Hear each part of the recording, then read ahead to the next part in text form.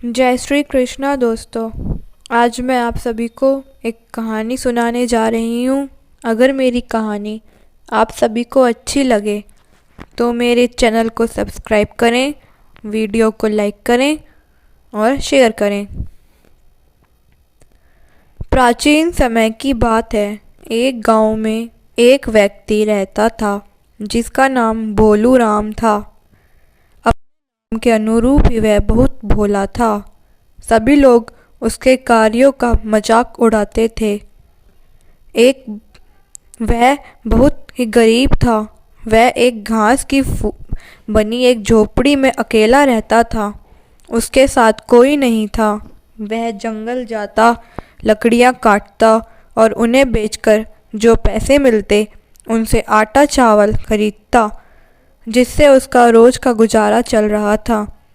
इस तरह वह अपने जीवन का निर्वाह कर रहा था।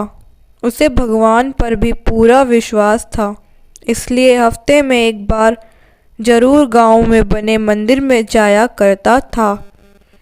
एक दिन वह मंदिर में गया। उसने देखा भगवान विष्णु की मूर्ति के आगे बहुत सारी अगरबत्तियां और धूप दिए जलाए गए थे, जिसके कारण उस छोटे से मंदिर में धुआं ही धुआं भर गया था। भगवान, यह तो आपके साथ ज्यादती हो रही है। आपकी तो आंखें जल रही होंगी। अब आप मेरे साथ मेरे घर चलिए, मैं आपको भोजन कराऊंगा। आज मेरे पास लकड़ियां बेचकर ज़्यादा पैसे आए हैं। खरीदे गए अन्न से हम दोनों का पेट अच्छे से भर जाएगा। उसने देखा भगवान साक्षात्कार रूप में खड़े हैं। तभी भगवान बोले, तुम घर जाकर भोजन बनाओ। बनने के बाद ही मुझे बुलाना। वह घर गया और खुशी खुशी भोजन बनाने लगा। उसने खरीदे गए अपने आटे से रोटियां बनाई, सब्जी बनाई और चावल बनाए। बनने के बाद वह भगवान को बुलाने गया, पर जैसे ही वह जाने लगा, रास्ते में पीछे से एक बच्चे ने उसका हाथ पकड़ लिया और बोला कि कृपया मुझे भोजन दे दीजिए। भगवान को उस बच्चे पर बहुत दया आई। वह उसको अपने साथ झोपड़ी में ले गया और उसको खुशी खुशी खाना खिलाया। वह दरवाज़ा बंद करके फिर विष्णु भगवान को बुलाने के लिए चल पड़ा। जैसे ही वह मंदिर के नज़दीक पहुंचने लगा तो एक बुढ़िया उसे मिल गई। वह बोली, बेटा बहुत दिनों से भूखी हूँ, कुछ खाने को दे दो। भोलू बोला, चलिए मेरे साथ, आज मेरे पास खाने को बहुत कुछ है। और वह उसे अपने घर ले गया, उसको खाने को दिया। उसका पेट भर गया और उसने भोलू को आशीर्वाद दिया। वह चली गई, पर अब भोलू राम का भोजन समाप्त हो गया था। वह एक पंसारी के पास गया और बोला कि मुझे कुछ आटा और चावल उधार दे दीजिए।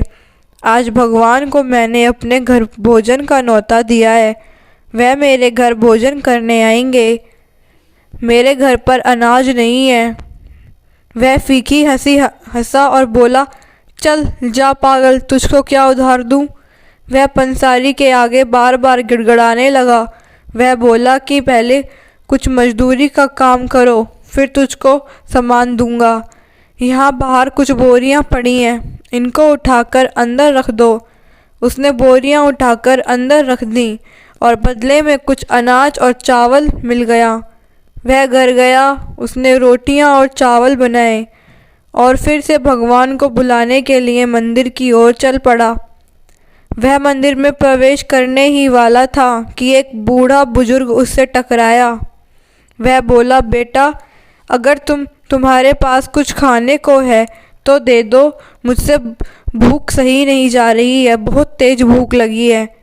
उसने कहा, बाबा मेरे साथ चलो, मैं तुम्हें कुछ खाने को दूंगा। वह उसे अपने घर ले गया और उसे बैठाकर खाना खिलाया।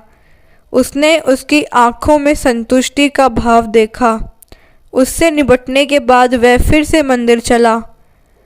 अब की बार वह मंदिर पहुंच गया और उसने कहा, क्षमा करना भगवान जी, थोड़ी देर हो गई पहुंचने में। चलिए भोजन तैयार है। पर मैं तो भोजन खा चुका हूँ। नहीं भगवान, ये आपकी गलत बात है। आपने आज मेरे घर भोजन करने का वचन दिया था कि आज मैं तुम्हारे घर ही भोजन करूँगा, लेकिन मैंने तुम्हारे घर ही तो भोजन किया है। वह बच्चा, बुढ़िया और बूढ़ा, वह मैं ही तो था, बनकर आया था।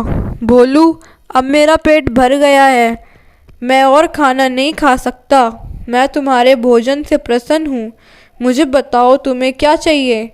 नहीं भगवान नहीं, भोलू जिद करता रहा। आपने मुझे वचन दिया था, आप टाल रहे हो। आप के साथ घर चलना ही पड़ेगा। जिद से हारकर भगवान जी बोले, चलो मैं आता हूँ। भोलू घर पहुँचा, जाकर दरवाज़ा खोला। जैसे ही उसने पीछे मुड़कर देखा कि एक प्रकाश पुंज उसके सामने खड़ा है। भगवान उसके घर खाना खाने आए थे। भगवान उसके साथ जाकर बैठे। भोलू ने थाली में भोजन डालकर दिया। भगवान बोले, तुमने इतना खिला दिया है मुझे, मेरा तो पेट बहुत ही भर गया है। नहीं भगवान, आपको खाना ही पड़ेगा। उससे भगवान ने कहा कि एक शर्त पर खाऊंगा, तुमको साथ मेरी थाली में खाना पड़ेगा। भोलू मान गया और वे दोनों एक थाली में खाने लगे। भगवान उसे आशीर्वाद देकर चले गए। एक दिन के बाद भोलू के सारे दुख दूर हो गए। वह बहुत ही प्रसन्न रहने लगा। उस गांव का साहूकार बहुत ही कपटी दुष्ट था। उसने देखा कि यह भोलू राम बेवकूफ़ अब खुश क्यों रहने लगा है, इसके पास सब कुछ कैसे हो गया है। उसने भोलू राम से जाकर पूछा। भोलू राम ने सारी बात साफ साफ बता दी, क्योंकि उसके दिल में कोई था। अच्छा तो यह राज है, मैं भी भगवान को न्योता देकर आता हूँ।